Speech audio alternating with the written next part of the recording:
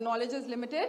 But at the time when I was doing my research and I came across your lectures, there was everything else that I could understand. But one question still remains, which is that this concept of predestination, and then there is this one concept of us human beings and Jannat having free will, right? तो अगर सब कुछ पहले से लिख दिया गया है, अब कुछ अगर सब कुछ प्रीडेस्टिन्ड है, तो जो कॉन्सेप्ट है कि अगर एक चोर कहीं पे चोरी करता है, तो वो तो पहले से नहीं लिख दिया गया था, उसको उसकी अकाउंटेबिलिटी क्या है उसमें फ्री विल के हिसाब से?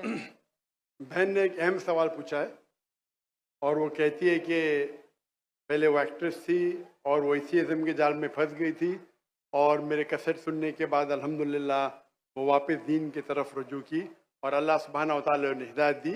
उनका मेन सवाल है कि कदर के बारे में।